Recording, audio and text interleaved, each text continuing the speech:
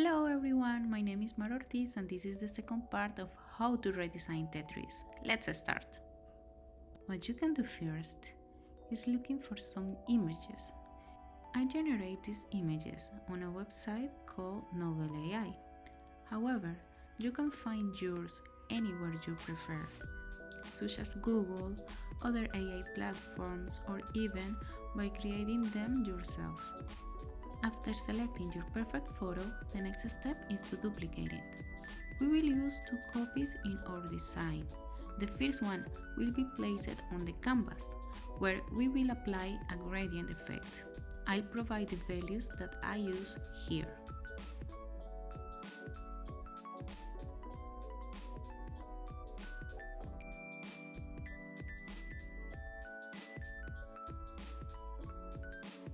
For the second copy, we'll place it inside a mask.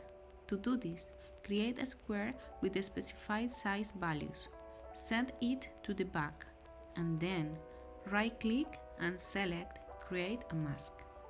After this, place this mask element inside the canvas and adjust the position so that it matches with the background copy. Once we have our background set up, the next step is to build the informative section that will be displayed on the top. For this, we will create two text elements. In this example, we are using a score for the first text element and 1000 for the second one. Then, we will select the first one and press Shift A. Now, I'm gonna do the same with the second element. When we have both of them in independent auto layout, we will fill those with a background.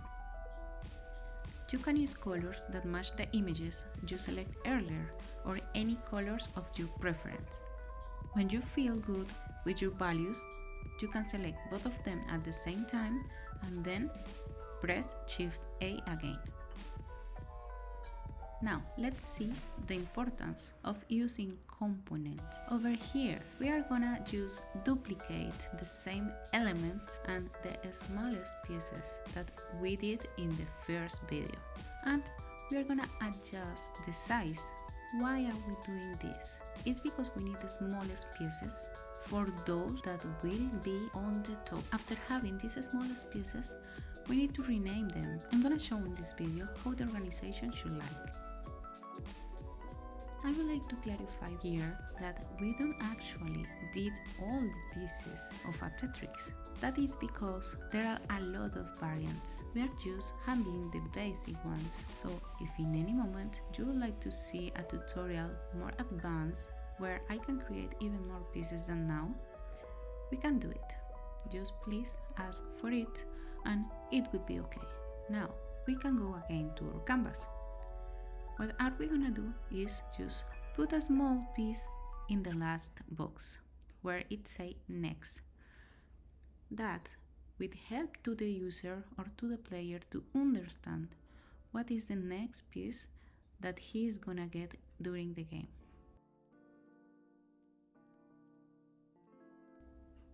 What are we gonna do now is the progress bar.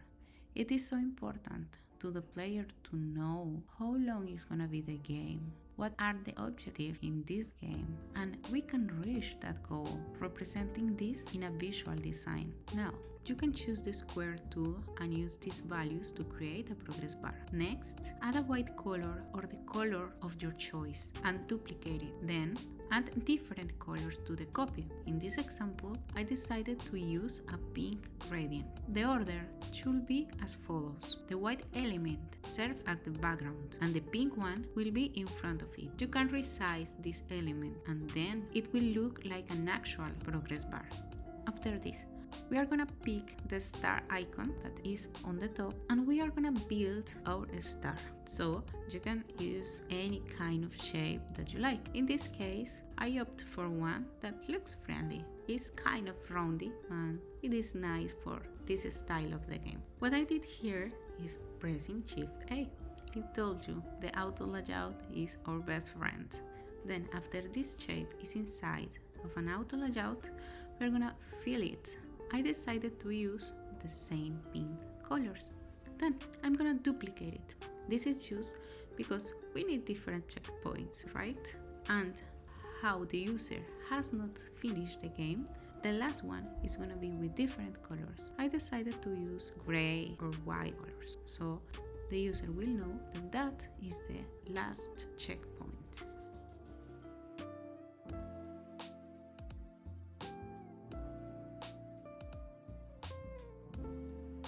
Now I'm just gonna use this kind of typography for typing the name Tetris. You can type any kind of name. This is your game, this is your redesign, so you decide over it.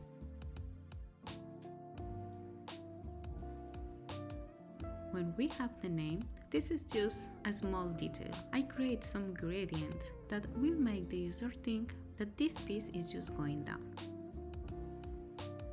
Over here, we already have a result. We have our Tetris screen, we have our Tetris redesign, and what is next from here is that you can replace the images or the pieces colors, and you can personalize any kind of details, not just the backgrounds, but else the pieces, the colors, the gradients, etc. So congratulations, you already finished this course. Thank you for being here and for participating in this Tetris redesign. I appreciate that you finished this video. Bye!